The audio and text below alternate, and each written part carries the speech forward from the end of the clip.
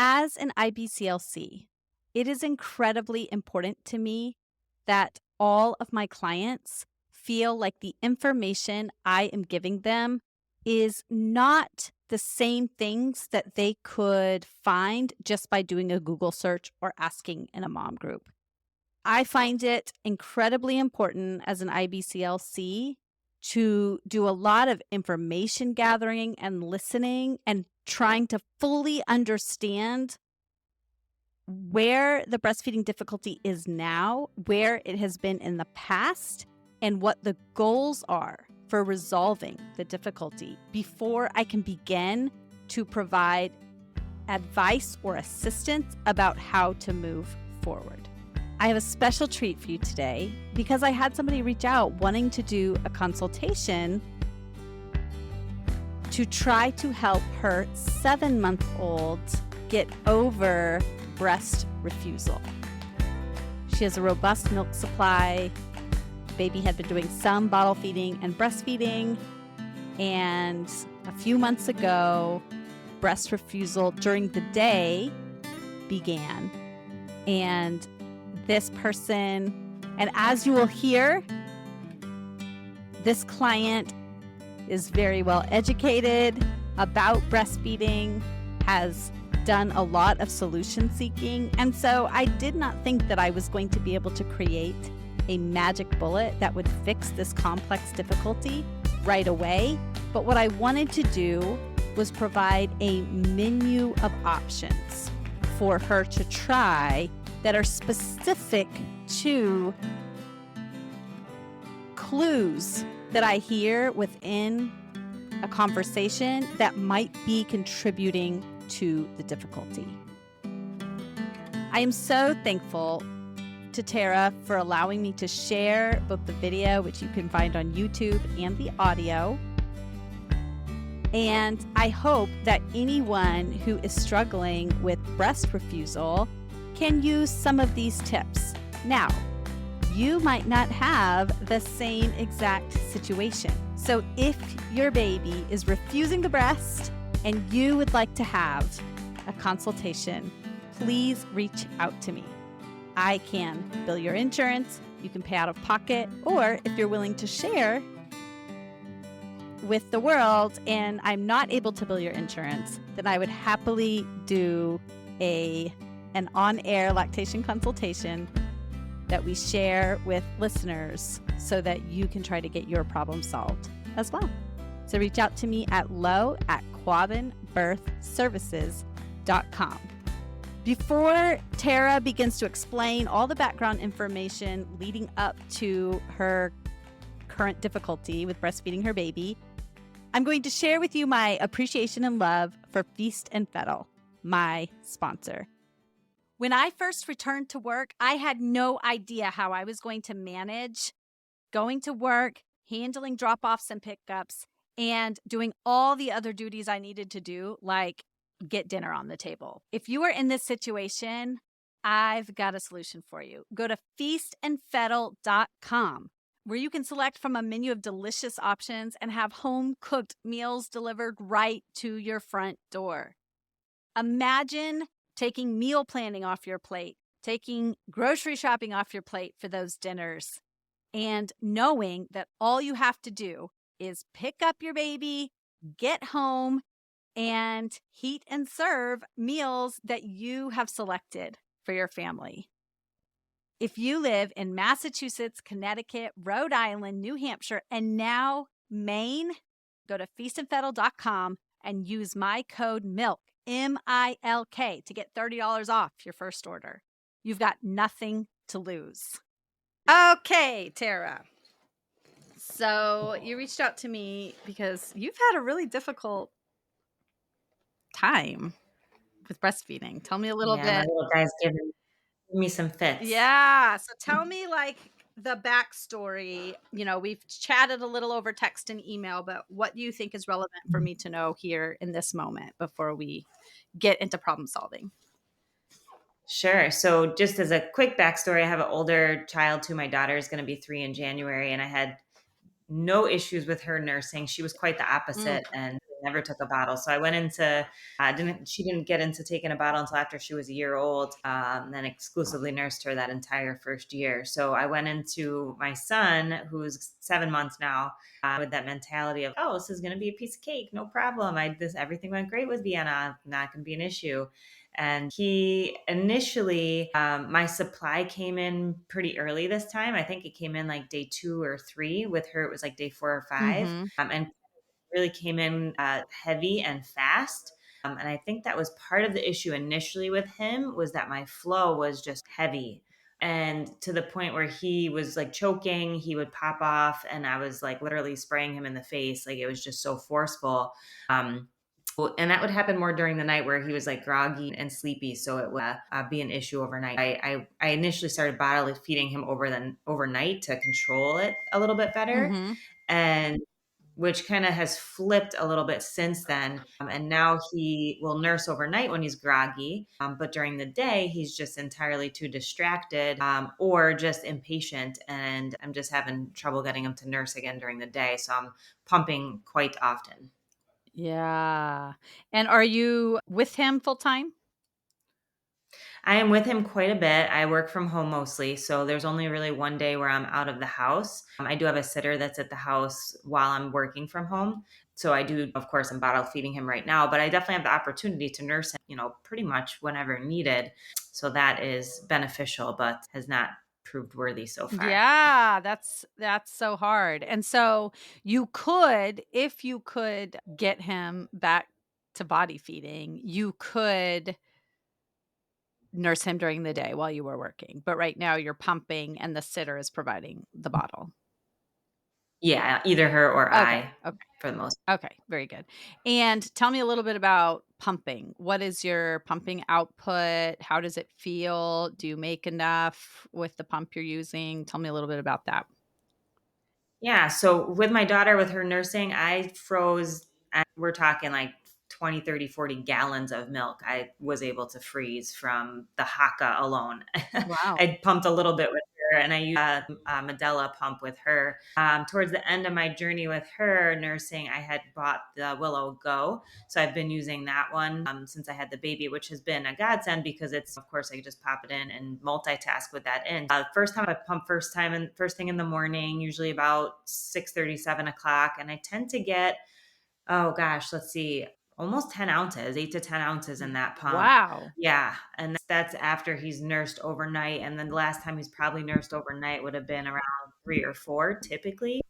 And then, yeah, by 6:30 or 7, I'm typically getting about that much. Next pump I do is usually around 11 or 12, and I'm getting maybe 5 to 7 ounces at that pump. I would say typically I'm getting about 5 ounces through the rest of the day, with another pump around 3. Interestingly, when I pump right before bedtime for him around 6 or 6:30, that's probably the least I get throughout the day, and usually around maybe 4 at that time. Okay. And then I try to pump one more time around 9 if I have that ability to do so. Yeah, 4 or 5 times a day, and the biggest pump is first thing in the morning.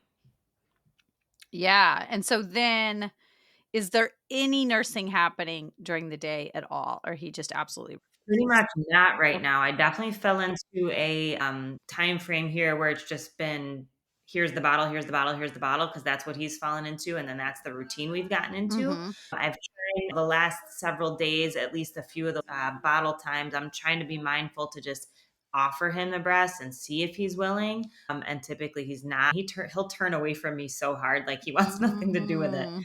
And so I'm definitely trying to do that a little bit more, but he really has pretty much no interest during the day. Okay, but in the night, he wakes one time? He wakes a He lot wakes in the night. a lot in the night. Okay. Yeah, so like last night, for example, is a fairly good idea of what happens every night. So I put him down for bed, and I'm pretty strict with wake windows and everything. So I put him down for bed around 7:30 on most nights. Last night it took me an hour and a half to get him Mm. down, and that was after he takes 10 ounces of milk out of a bottle right before bed. Like, he really gets a lot, and I try to slow it down in case he was getting like too much before bed, and maybe that was part of why he wasn't falling asleep. Some nights he will fall asleep really easily, but generally speaking, from the time he goes down till about midnight, he wakes multiple times. doesn't typically nurse during those times he wakes. That's typically, let me get him comfortable again. Let me rock him a little more. Let me put his pacifier back in his mouth, which I have a love hate relationship with. And then during the night, he's nursing, I would say twice, maybe around that midnight mark, and then again around 3 o'clock. Once in a while, if he hasn't quite woken up enough yet to realize what's happening, Mhm. then I may be able to nurse him once more at like 4 or 5 in the morning. Okay. Wow. That's a lot. Yeah, it is. And Yes, I'm exhausted. yeah, I don't know what I'm gonna say that again just because 'cause I'll take it out of the recording. I don't know what our mutual contact told you about my experience, but my first, I had a situation very similar to this, and it Mhm. becomes your new normal, and then when you look at it on paper, you're like, "Why is this my new normal? This is horrible." Yeah, Exactly. you expect it in the newborn stage, but by 7 months, you keep hoping that something's going to change, that he's going to Yes, you are not kidding. yeah, that he's going to meet some developmental milestone or there's gonna be some magical thing that happens, and when it never does, it's so hard. Okay. Now, tell me a little bit about your history with lactation consults and trying to solve this difficult breastfeeding situation. What has Um, worked? What hasn't worked? What advice have you gotten? so I haven't tried too much yet. Okay. As I mentioned to you, I did talk with another lactation consultant earlier this week, and I got off the phone with her and had to reiterate at the end of it just to make sure I tried to remember as many pieces as I could. So initially she was thinking, maybe he wasn't getting enough milk during the day and that was part of the waking at night. So she had made some suggestions, which again, I haven't really applied any of this yet, perhaps to maybe wake him towards the end of a nap while he's still groggy to see if he would nurse during those times. Once we got to talking about the numbers, she was actually surprised how much milk he was getting during the day because he is getting quite a bit. What other suggestions did she make? She actually said he's coming up on 8 months, and a lot of times things just completely change at 8 months. So she thought that maybe if I did nothing, things may change around that 8 month mark. Those were two of the bigger suggestions that she made. And of course, just trying to offer him to nurse more often, which I've been trying to do. I think those were some of her main suggestions. I did ask her a little bit about the bottle. Was there an issue with any of the bottles I was using or something I could change there? She didn't think so. So I think those were some of the main bullet points that she had suggested. Okay. And did you ever see a lactation consultant early on with him? I did Okay, not. okay. Very good. All right. So, I have a few questions about how he is with the bottle. So, I've heard Mhm. your pumping output amounts. It is very common, by the way, for that evening pump to have the least amount of milk because your body just creates Okay. more milk in the morning. So Mhm. that's not a surprising pattern. But it looks like overall, if we go conservatively, uh, you're making maybe like 22 to 26 ounces from pumping. Does that seem about right? Yeah, I would say Okay. that. And does he take all 22 to 24 ounces? Does he take everything you pump? He does. Okay. I would say yes, he does, and at times, maybe 3 or 4 days a week, I will defrost a bag of milk, which is 5 ounces. Okay. My daughter, I think the only reason why I got her to wean was because I got pregnant and my supply dropped, Mm. otherwise she'd probably still be nursing, Mhm. and she's 3, so she will confiscate a bottle here and there, and claim it for herself, so she's still trying to get her share of mama's milk. Uh-huh. So, and she may grab maybe 2 to 3 ounces a day, and sometimes she's taken the bottle and I don't even realize she did it, Okay. if I have it. But yeah, I would say, yeah, he's taken everything otherwise, and then there's a few days a week where I'm defrosting another 5 ounces for the day. Okay, and how much milk do you have that you're able to defrost? Are you worried about supply at all? I am not currently worried about supply. I was freezing 30 to 40 ounces of milk for the first couple months when he was born. It was just wild Oh how my much I was gosh. freezing so much. I did give some away to a friend who was having some trouble. But to give you an idea, he was born March 10th, and I'm using milk, even with what I gave her, I'm using milk from like early to mid-April dates at this point. So not even 2, 3 weeks into the supply that I had. I would say roughly if I were to keep up with that pattern of defrosting 3 or 4 or 5 ounce bags a week, it would last me several Okay, months. good. So past the 1-year mark for sure. Okay. Yeah. And tell me then a little bit, so when you were freezing 30 to 40 ounces per week, was that, Per day. I mean, sorry, per per day? 30 to 40 ounces? 20 to 30 ounces a day I was freezing. Whoa, that's a lot. So that Yeah. was on top, so was he nursing at that time from the body? He was nursing at that time, And yeah. so in addition to him nursing, and he was meeting his growth expectations and Mhm. everything like that, Yeah, right? he's a big kid. He's Okay, huge, yeah. okay. So he's always stayed on his curve?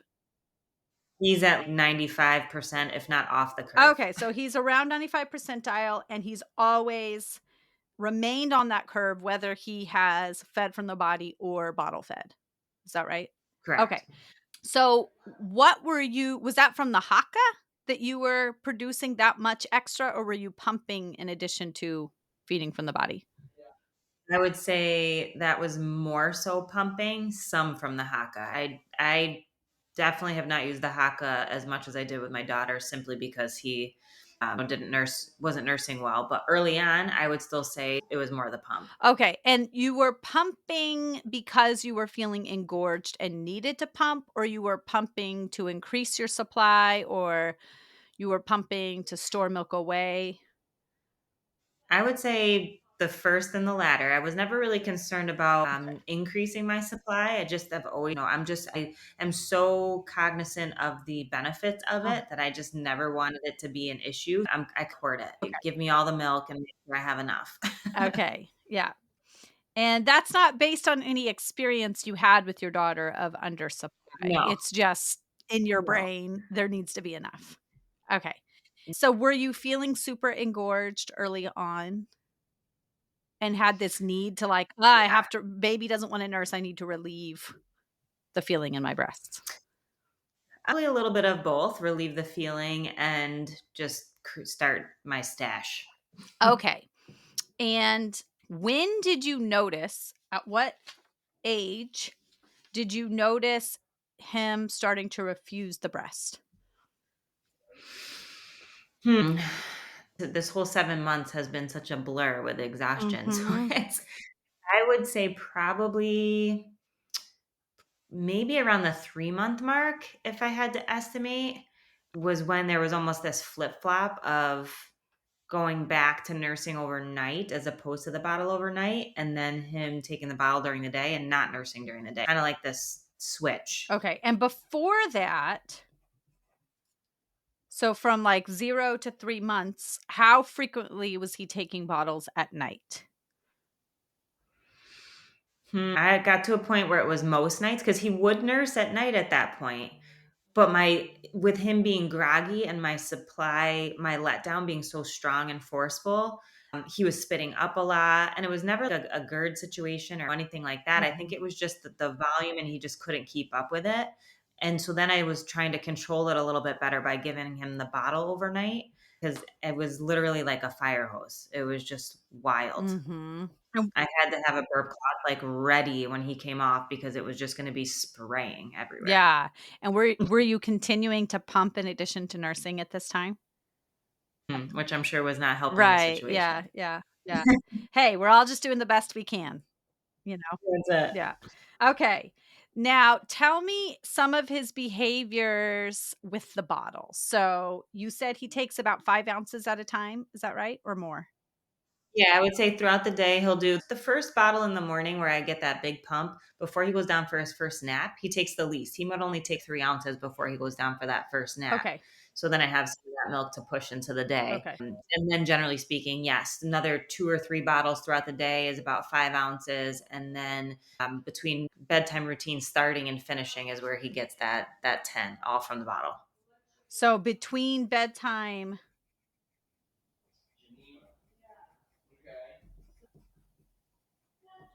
and 12, you said?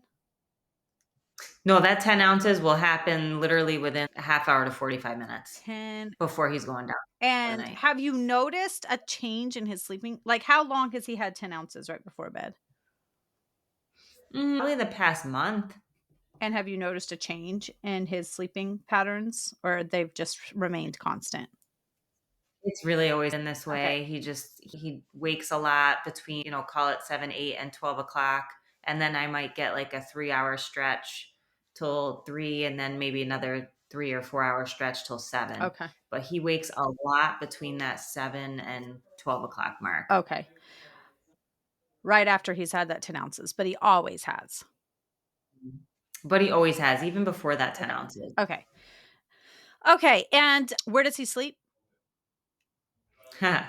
Everywhere and anywhere right now that he will go to sleep. Okay. Last night is a great example. I have so when we were pregnant with my son, I had said to my husband, "I'm gonna get another bedroom set, get him a crib, etc." We opted, let's not get the second crib. Well, my daughter still naps in the crib, and it's at the lowest setting, so it makes it difficult to put the baby into the big crib. So I have a mini crib as well.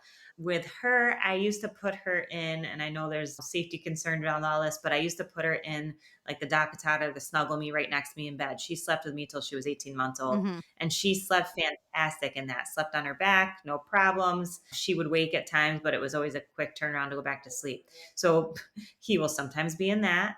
I will sometimes try and put him down in the mini crib.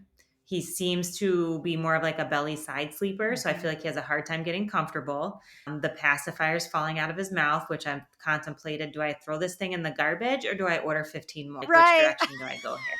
I'm very familiar with Um, this. yeah. So last night, for example, he went down in the mini crib. He woke up. By that point, my daughter had made her way into my bed, which she often does around 11 or 12. So then I went into her bed with him and got him back to sleep on her bed. And then he woke up again around 3, which she did as well. So Oh, now I had them both up. That's a dagger when that happens. yeah. That doesn't happen often, thankfully. So then I ended up with both of them in my bed, and I was a sandwich with one on either side. So honestly, and I did early in the night last night, I do need to commit to some sleep training with him. That's on the radar. Mhm. I even tried to get him down in the big crib, just singing to him and patting his little tush and all the things, but he was just not really having it wherever he falls asleep. Okay. I'm very my kids are 10 and 6, or almost 10 and 6, and Mhm. we still play musical beds. So, Yeah. it's Yep. better. Yeah. It's better, but I'm very familiar with this. Okay. Mhm. So, here's my question with his you can think about his nursing behavior and his behavior at the bottle. I'm going to kinda, like, narrow in on each of those, but just Mhm. overall, you've reported, like, coughing and sputtering at the breast because of Mhm. fast your fast Mhm. and voluminous flow. Is that Yeah. accurate? And that was definitely early on. It's not so bad now. I haven't frozen a bag in a month. That's Okay. how it's definitely stabilized. But yes, early on, he definitely did a lot of that. Okay, and did you ever notice any clicking sounds either on the bottle or the breast? No, my daughter actually has a tongue tie. Uh-huh. My son does not have any ties. Okay, okay, so no clicking sounds, and when he's at the bottle. Take that back. I see a little clicking early on. There was a little bit of clicking when I first started nursing him. Never now, but early on, yes, I did notice some Okay, clicking. and when the pacifier falls out of his mouth, first of all, what's the shape of the pacifier and the shape of the bottle nipple? Oh my goodness. The bottle is Tommy Tippy. Mm, So it's like it's nipple shaped. mhm, It's round. The pacifier I use with him has a little bit of a flatter. mhm. It's like round on one side to fill the palate, but then a little flatter than the Tommy Tippy. I just ordered more pacifiers, glow in the dark ones, so that they're easier to find because that's a fun game in the middle of the night too. That's so smart. And Somebody's gonna be rich off this idea. the best is when I realize I never put it in his mouth and it's on the dresser, and I'm crawling around the floor looking for a pacifier that's not there because I never put it in his mouth. Right, Because sometimes he will fall asleep without it. right. So that's so I did just order Tommy Tippy nipples. I noticed that they are pacifiers that are shaped like the bottle that I use. Okay. Now, have you ever tried to use bottles that are not shaped like that? I have not. Those are the only ones he's ever used. Okay. Have you ever used, so you've never used a bottle that has a more kind of gradual slope like this? No. Okay. And what's the level of the flow? Do you know on the nipple? I have a 4-ounce silicone one that he still uses sometimes, and now I've also taken out the glass Uh ones, huh. and I know the glass one is faster. The nipples that came with that one are faster than the ones that are on the silicone. Okay. And does he seem to have a preference between a fast flow or a slower flow that you've noticed? He will take both bottles, but I would say if he had to pick, it would probably be the glass one with the He faster likes flow. the faster flow. Okay. Mhm. And when he takes that 10 ounce, those 10 ounces, it's between 30 and 45 minutes that he takes that 10 ounces. What about At the longest. at the longest? Sometimes it's much. Sometimes he Yeah. just slurps it down. Yeah. Okay. And what about like a 5-ounce bottle? How long does it take him to take that? If he's gonna take the whole bottle at once, I would say that happens over maybe 10 to 15 minutes. Okay. All right. And you've never done a weighted feed to know what he's transferring at the breast. I have not. Okay. Okay. So 5 ounces he takes in about 10 to 15 minutes. Now, have you heard the term paste bottle feeding? I have not. Okay. So when he feeds, is the bottle more down like this or is it more horizontal like this? Horizontal to start. Okay, horizontal to start and then as milk starts to come out it's more like this. And does he ever Yeah. take little breaks? Does he ever pause for like catching his breath, taking a moment, either that you help him to do or that he does on his own? I would say his pauses are more from a distraction that's happened in the Okay. room. Very common at 7 months. And he's, like, pushing the Right. bottle out of his mouth, just I mean, he's so strong, he could launch that thing across the room sometimes, Uh-huh. but usually it's a distraction of, "Oh, what's happening over Right. there?" And is he holding Necess the bottle himself or is somebody holding it for him? We're holding it for him Okay. still. Okay. That's what I thought. Okay. You just talked about him being so strong. I was like, is this 7-month-old holding his own bottle? He tries, but he's not quite He's not coordinated quite there yet. to just Okay. Okay, so you're holding it for him and he slurps it down anywhere between 10 minutes and 25 minutes. And Mhm. then when he nurses overnight, how long does it take him to nurse? He will usually nurse, I would say, same thing, probably anywhere between 10 and 15 minutes. Okay. All right. And then does it take him a long time to go back to sleep afterwards? Not Okay. typically. So if he nurses, Most of the time yeah, he's groggy all the way through it, kind of those dream feed ideas, uh and I'm typically able to put him right back down without having to rock him and do all the things. I can usually put him right back down, and then it's just that a little time from then he wakes up again, but typically I can put him right back down. okay. And when you have tried to nurse during the day and he refuses, tell me, are you in, like, a quiet space where there's nothing for him to look at? You've done all those things, right? Like, tried to I have, and even if I make the room, like, dark, Uh-huh, just to say remove as many distractions as uh-huh. possible, he still will find distractions, whether it's the string on my shirt Mhm. or anything, he will any distraction. And he won't And Go ahead. I'm sorry. oh, I was just gonna say I'll literally, like, put him to me, and he's just rolling away from me, Mhm. like And did you ever have any pain while breastfeeding him? not with him, never. Okay. With her, I did a little bit, but I've never had pain with him. Okay, and any nipple damage or okay, and no plug Nope. ducts, no mastitis, nothing like that? No, and that's I think part of what I've always been fearful with him is that with my daughter, I did have more clogged duct situations. Mhm. I never escalated to mastitis. I definitely have some good tricks that have always worked. And with him, once in a while, I'll feel a clogged duct coming on, and I'm just like praying all day, like, please nurse tonight, because I Mm. know that's the only thing that's really gonna to clear it, and he'll clear it in a minute, and the pump not necessarily. While I do feel it come on once in a while, I think I had it a little bit worse with her. Okay, all right, and you're able to manage it and Okay, a couple more questions and then we'll get into some problem solving. Does he sleep with his mouth open? He does not, and that's something I've always watched for. I'm definitely cognizant of that. Now, what I will say though is sometimes, even though his mouth seems closed, I'll notice a little puddle of drool Mhm. where where he's sleeping. So I wonder if his mouth is scooting open a little bit. But for the most part, his mouth seems. Anytime I check, it's always seemed to be closed. Okay. And does he snore? No, Okay, no snoring, no, like, extra noises during sleep, either napping or at nighttime that never during nap or sleep. Once in a while during the day, and we joke about it because I have a pug. So he sounds like my pug sometimes, my dog. Like he gets grunty kind of sound coming from his nasal passage. okay. And it's not like it sounds wet, but he's not a kid that has a runny nose. Like it's never been anything Mhm. like that. I want a little deviated septum or something. But once in a while, I'll hear that during the day. And we kind of, like I said, my pug sounds like that. So we joke about that. Mhm.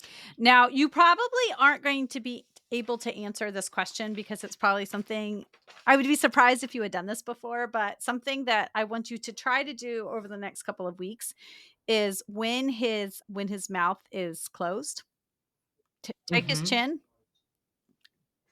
and pull it down. Let's see if Have you done this?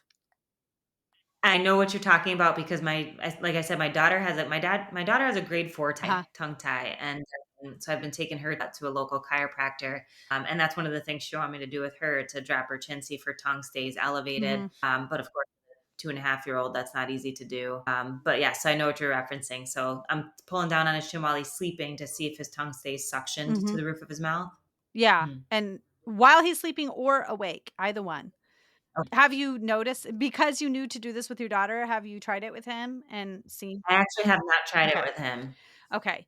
Because it sounds to me like there might be a variety of things happening. There is some sort of flow preference happening. Now we have to target because you had such a fast flow in the beginning, we have to figure out it sounds like he's a little bit of a Goldilocks kid. It needs to be, like, just the right amount of flow, and so we have to Mhm. figure out what's happening between the bottle feeding and the breast feeding that is creating this preference for the Mhm. bottle.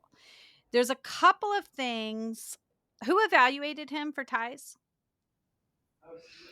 The my pediatrician, and I do have a craniosacral appointment scheduled for him this week coming, with the same chiropractor who did the oral evaluation on my daughter. So I'll have her check when I take him as well. But otherwise, it was our pediatrician, Okay. and yeah, that would have been it, which I know is limited. Yeah, it's limited. I mean, it takes a lot of specialized training and it's a Mhm. functional assessment. It's not just Yeah, looking in the baby's mouth, right? So exactly. there's a lot of things like the fact that he prefers. Now, I know you haven't given him another bottle type, but for Mhm. babies, for all babies really, for musculature development, for good jaw development, cheek development, for creating the correct suction that's going to lead to proper airway health down the line. The bottle Mm. shape that we want is more like this. And it doesn't matter if it's a wider nipple or a narrower nipple. Actually, what matters is this gradual Mm. shift from the nipple to the base. The the Okay. the the bottles that claim to be more like a breast, they are actually the least they create the musculature development least like breastfeeding. Mm. Because what happens is when they have that wide base and the teeny tiny nipple, they can only get the nipple Mm. feed. They can't actually go far down to the base. Do you notice where his mouth lands on the bottle, on the nipple? I think it is past the nipple, Uh-huh. but I will definitely. pay attention to Yeah, see. because those wider bases, they're not flexible like breast tissue, so breast tissue gets, like, Mhm. pulled back, once you get enough breast tissue in your mouth and then you start sucking, the nipple actually stretches and pulls back. You've heard this idea of elastic nipples. Well, we all kind of have elastic nipples. Some are just a little Mhm. stretchier than others. And so but bottles don't do that. They remain the same shape no matter Mhm. how much force you put on them. And so Mhm. babies who prefer, now we don't know if he has a preference for that bottle, that nipple type, or if that's just what he's always had and it could be Mhm. contributing to his preference because he doesn't Yeah. have to work as hard on that shape. That's one of the things I've always thought is that he's just yeah, he doesn't wanna nurse because it's not that immediate gratification. Right, exactly. So, and how long are you wanting to nurse him for? I would as long as he wants to, Okay, honestly. okay. So we're not talking like, "Hey, we have like 3 more months and then you're gonna try weaning." You're thinking, "I'm in this for the long haul, and I would prefer to be nursing up Yeah. my body instead of pumping so much." Mhm. Okay, all right. Yeah, because, that's a different conversation if we're talking about like 3 months as opposed to like, "No, I really wanna do this for a long time." But it Yeah, I'm hoping certainly at least a year and a half like I did with my daughter, but my goal with her was 2 years and was cut short just because my supply dropped when I was pregnant. That's right. Okay. All right. So I would recommend, um sorry, I'm just looking for a different bottle to show you. Oh, yeah. These are the ones I like, and they come in glass and plastic. So Mhm. this I'll send you so when after our consult, I will send you extensive notes of, like, everything we just talked about, all my Okay. recommendations, so you don't have to worry about There's my entire yeah, you don't have to worry of it about all. Okay. remembering anything. You'll get, like, a three-page document with it all, okay? Okay, awesome. But this is kind of one of my favorite nipples. Mhm. This is called Even Flow Balance. And I can send you a link of it. And may this might be a really slow flow and you might need to increase the hole of the nipple, and I can look and see what other nipple, like, do they have this nipple shape in higher sizes? I think they do, but we'll have to check. This is obviously Okay. a small, it's like a 4-ounce bottle. So if he's taking longer than that, more than that, you either have to have multiple or get a bigger size. But Mhm. this shape really allows him to kind of do a little more of that muscular development that Mhm. happens at breastfeeding, to strengthen his jaw, to strengthen his tongue, to strengthen his cheeks, to create the right suction so that Mhm. it's not just a matter of like getting on the end of the nipple, doing little fast little sucks and then slurping it back. Mhm. Um, so I would recommend a bottle change.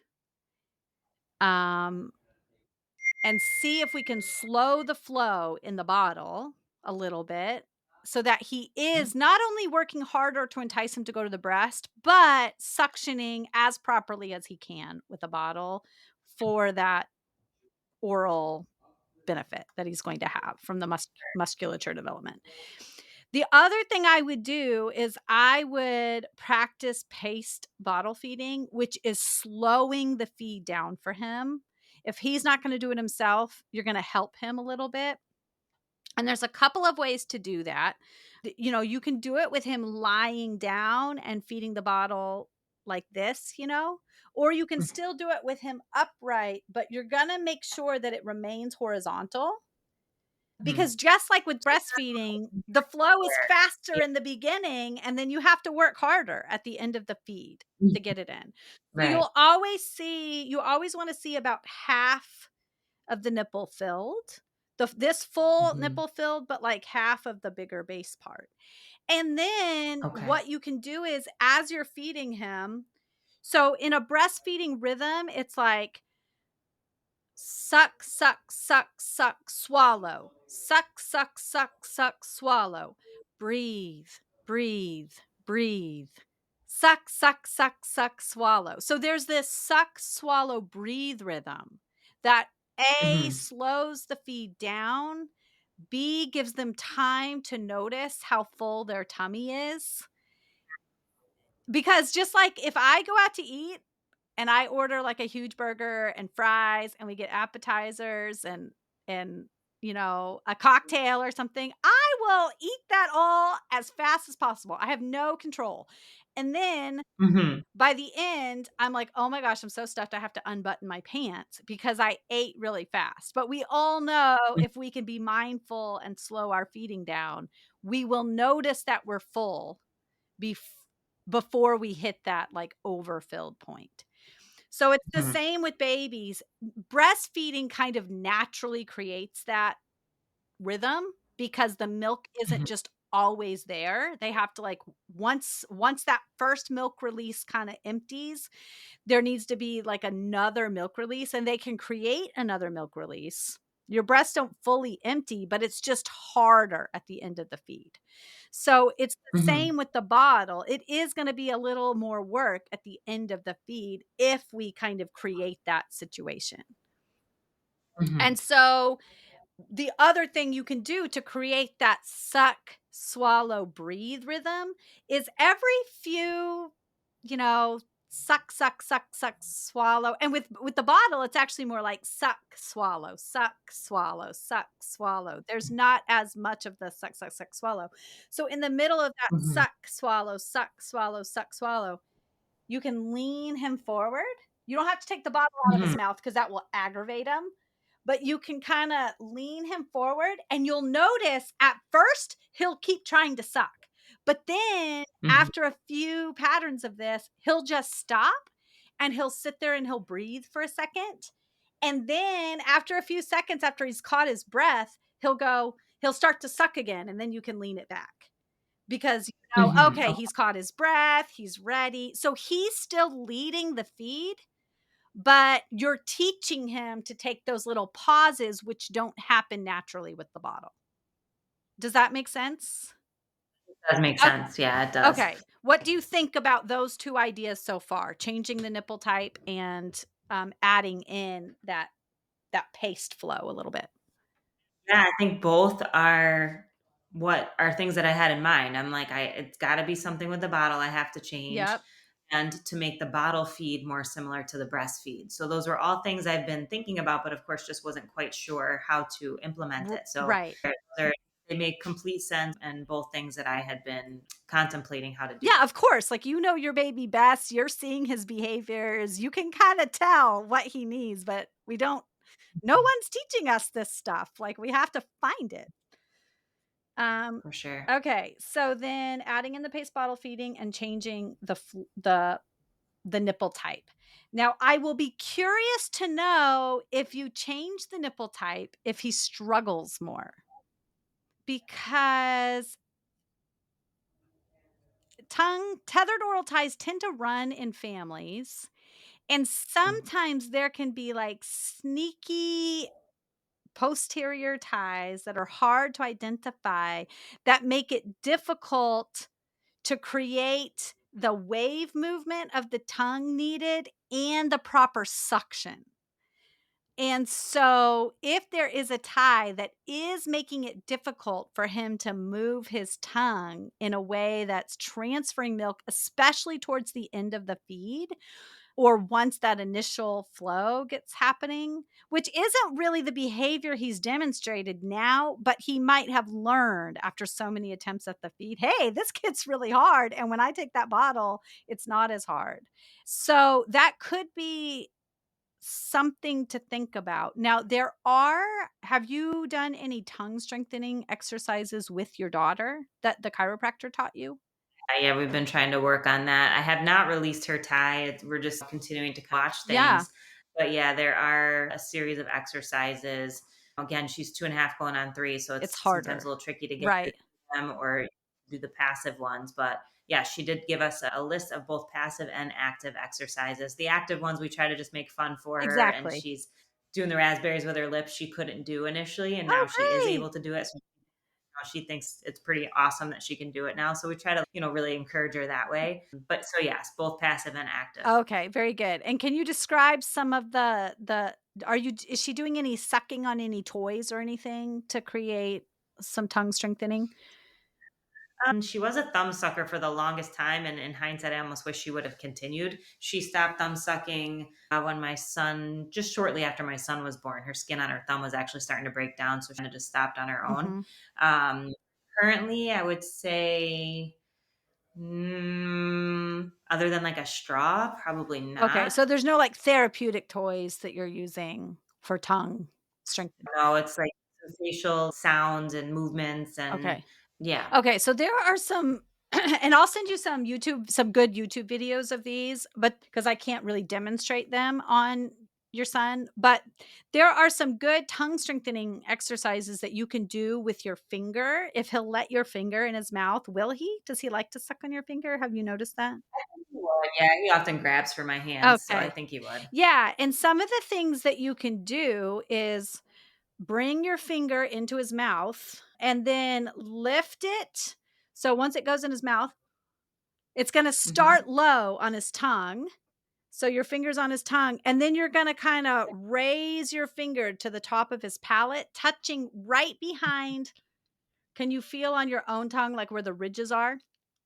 mhm, Like, on the roof of your mouth? Right behind where those ridges are, and see if he follows your tongue up. And then turn your finger around and see if that suction remains and put a little pressure on his tongue. Does he keep that suction mhm, up?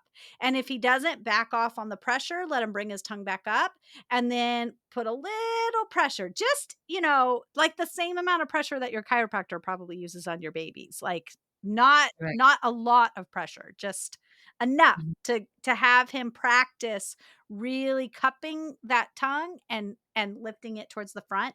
And then mhm, you can do it either like this with the fingernail up or the fingernail down.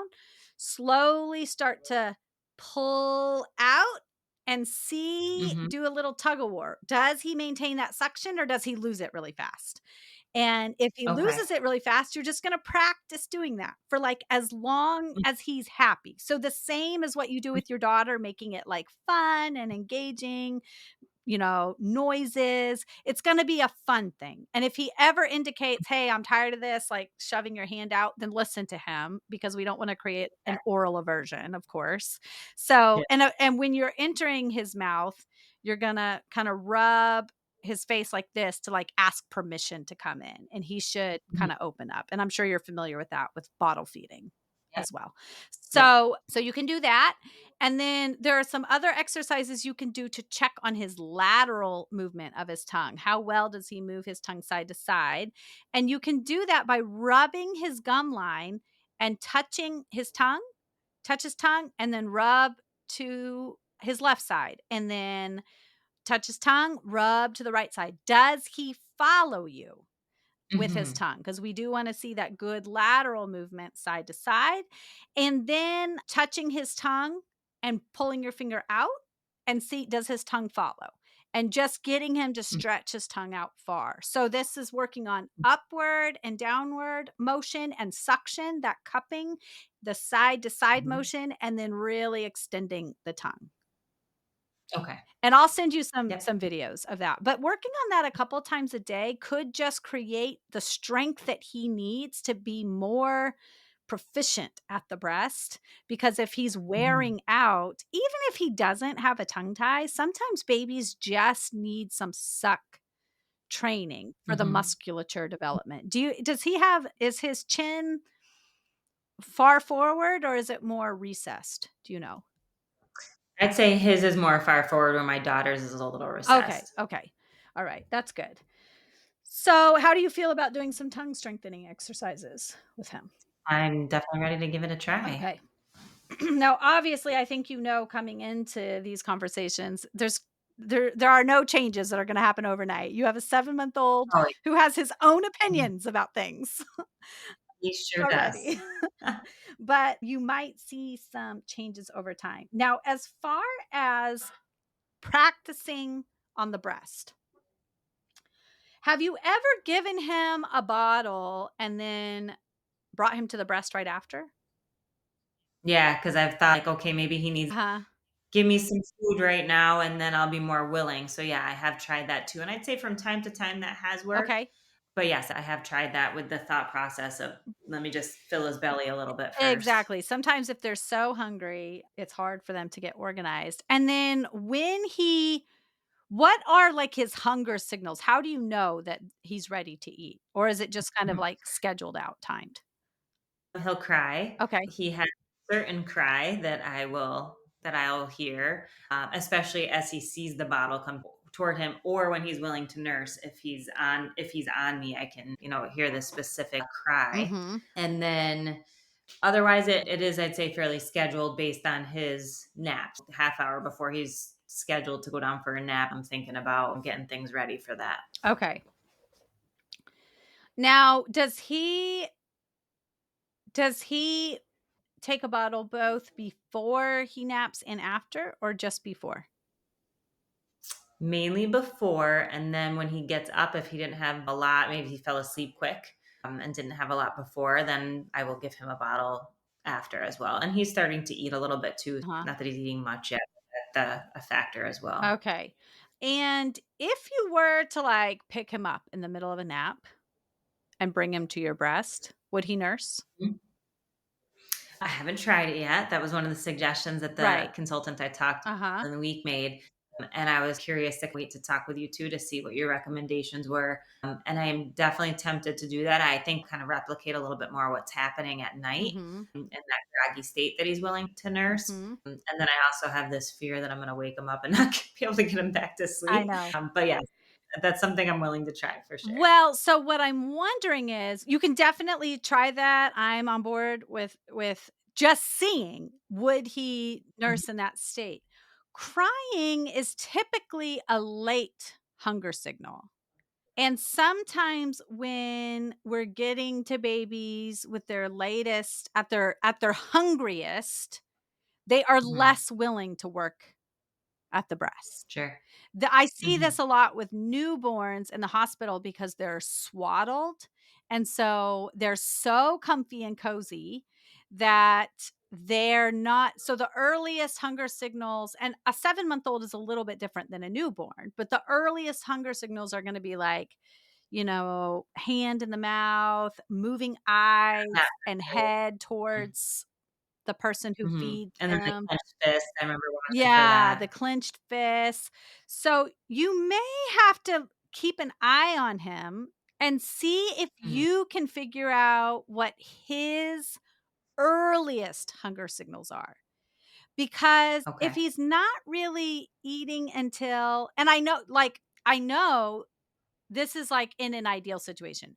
You're a busy mom, you have a 3-year-old and a baby, you're working in the house, you're managing a lot of stuff. So it makes sense to try to have like kind of a regiment and a schedule and know that these are the times he's going to get fed and they correspond with his nap times. Like, I totally get the need for that. Mhm. So any suggestions I give, you're gonna be balancing them with how it actually works in your life, and I really want your feedback about would this work? But Mhm. if you and the babysitter can work together to look at, "Oh, what are his earliest hunger signals?" Maybe we're getting to him a little too late, and by that time, he'll only accept the bottle. Yeah. And I would say for the most part, it's not, I said crying first, but it's not often that he's gotten to that Right, point before I'm getting the bottle. I'm definitely getting to him before he gets that. Sometimes it'll, like you said, life just gets right, crazy and then he's crying and I'm like, oh my God, he's starving. Definitely hands to the mouth. And as he's gotten older, which I'm sure is common with babies, that I'm sure those signs change because I right, knew them very well when he was a smaller baby. But right. now that he's 7 years old, yeah, I think it's going to be a matter of me watching. Well, what are those Yeah, now? exactly, and maybe having a conversation with other caretakers too to, like, really be noticing and maybe even your daughter can be involved, like, depending on how communicative she is, because if we can figure out what's the point at which he he might be willing to breastfeed because he's a little bit hungry, but not, like, super hungry. Yeah. So there's, like, Mhm. 2 kind of things you can play with. 1, doing some sleepy feeds. 2, Mhm. trying to feed a little on the like, catching him a little earlier, And 3, doing a combo as you've tried before. So getting a little bit of milk in him, and it doesn't have to be a full bottle either, but getting some amount of milk in him and then offering the breast and seeing, Mhm. would he make that switch? Do you feel your milk releases, your letdowns?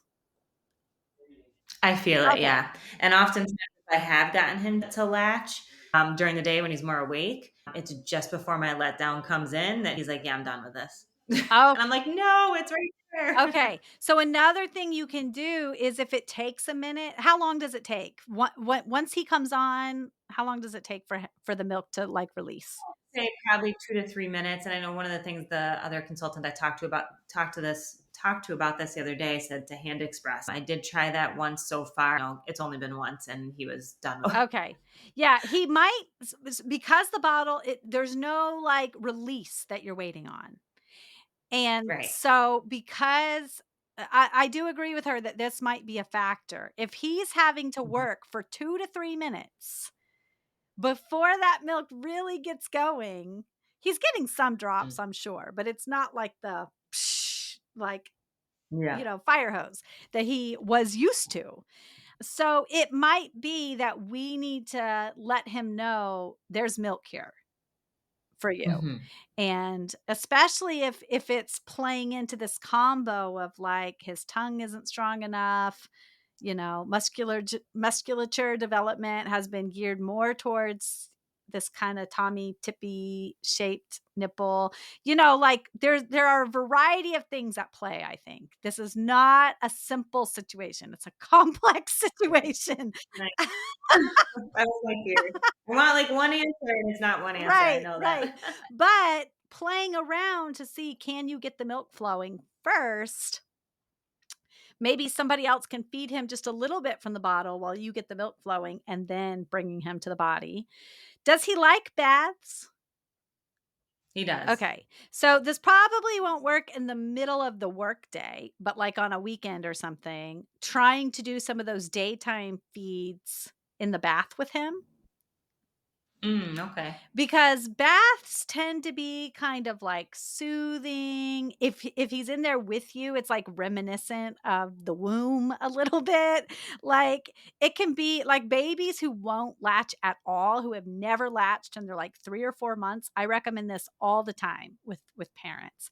Take a couple of days to do a few, like you're gonna have to clear the weekend schedule a little bit, but, if you can find a weekend and say, "We're really gonna go for it on this weekend," and like,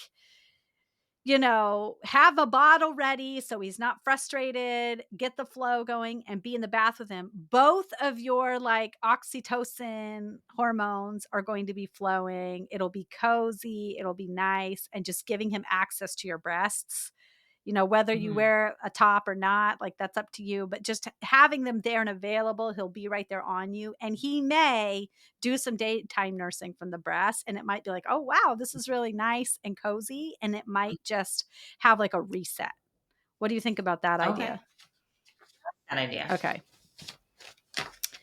So some bath time nursing.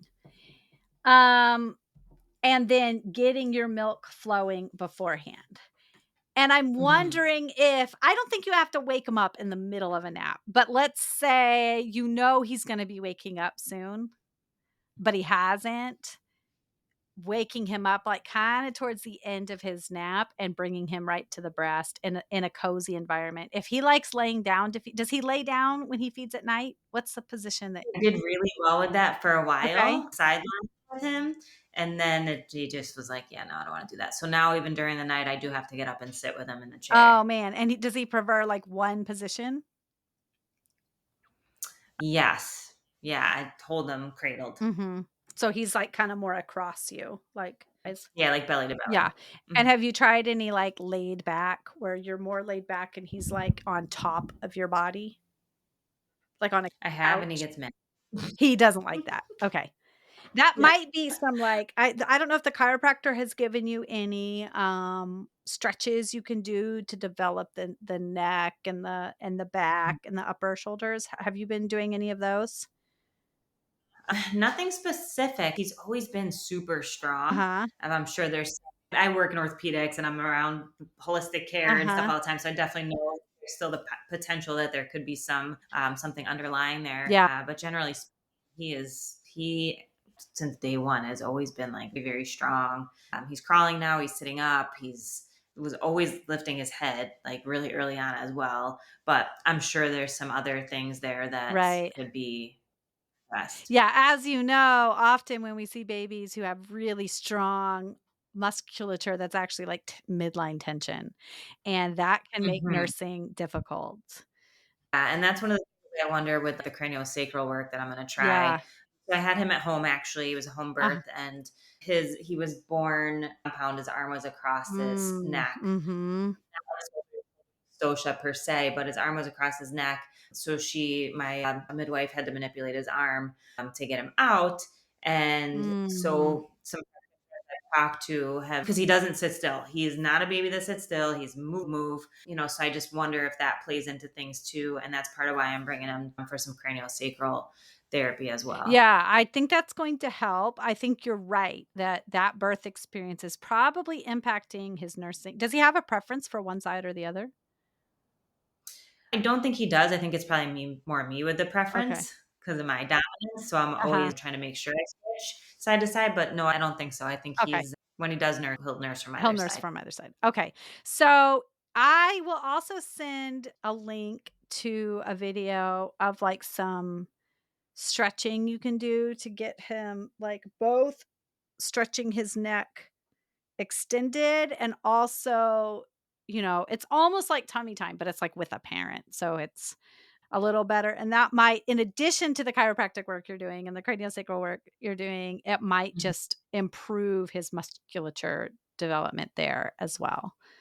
So I think that's a good amount of stuff to work on. Changing the nipple type and using the paste bottle feeding, trying some sleepy time feeds, whether that's in the middle of a sleep or right at the tail end, having like a cozy bath time nursing experience, even if it's just a couple of times, or even I don't know if he does like a nighttime bath, but trying to add it in there if he does. The tongue strengthening exercises and the like musculature development. And let's see if we can entice him to, and creating a milk release before you Mhm. try to latch him. And let's Okay. see if you have, let's say right now he's getting 0 daytime at the body feeds. If you could Mhm. go to like 1 feed a day in the next few weeks, and then after that, 2 feeds a day, like even just setting a goal like that to say, okay, I really want to get them latched once a day during the day. That's an improvement Mhm. from what you're doing now. Absolutely. Yeah. Yeah. Yeah. And then also looking for those hunger cues and seeing if you can find a better time for feeding him. If that's something you're interested in doing. I know right now things are, like, lining up well. Definitely. It's super important to me, so I'm definitely willing to do what it takes and weave it into my day for sure. And then it's just, yeah, having that patience, knowing that it's not going to be just this quick turnaround necessarily. Yeah. And I'm okay with that. I understand that. And we'll definitely work on all of those things that you're mentioning. Yeah, so I think if you keep part of this is, like, mindset, so if you keep in mind, "Okay, like, we're gonna try I want 1 successful daytime feed a day for now." That's a great starting goal, Hmm. and then Yeah. you'll report back to me, and if we need to do this again, we can, and maybe we'll get you to 2 times a day, or you might be able to do that on your own just using these same tools, but I wanna reevaluate in, like, a couple of weeks and see where you Okay. are and see if there's Mhm. been any improvement or if it just has not changed at all. I will do that for Okay. sure. I appreciate it. Yeah. Do you have any follow-up questions or like concerns or I don't think things so. you're wondering about? It's so many that, like, I wanted to do, but didn't know how to do. Yeah. I knew the problems were, but what's the solution? So this is very helpful, and I'm so appreciative of it. Oh, awesome. Okay, good. Yeah, it sounds like you have a lot of experience in this area and you've been doing your research and your work and you know your children really well. So it's just a matter of like, what are the tools that are going to solve those root causes? That's it, Right. exactly. Tell me what to do, and I will do it, and we'll see where it goes. Yeah.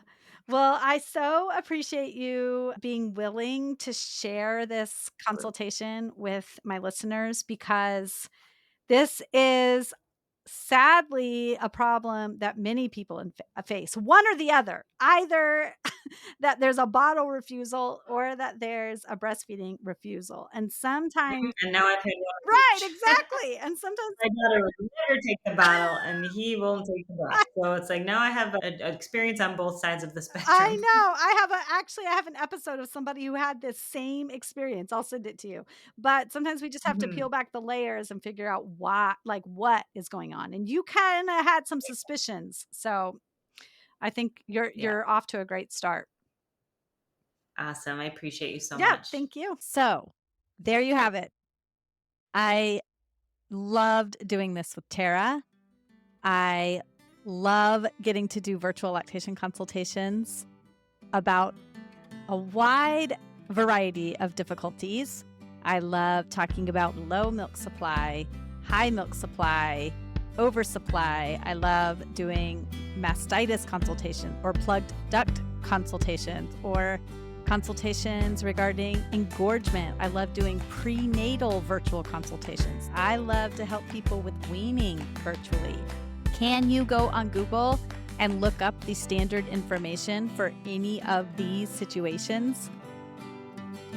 Yes. Will it be specific to your body, your baby, your schedule, the amount of support you have, the way that your partner feels about the situation, whether or not you're juggling multiple kids or whether this is your only child, because the advice is going to change given your specific situation. So if you heard this and you think, you know what, I think I would like to do that, reach out to me at low@quavinverseservices.com and I'll get you booked. I can't wait to talk to you. Bye.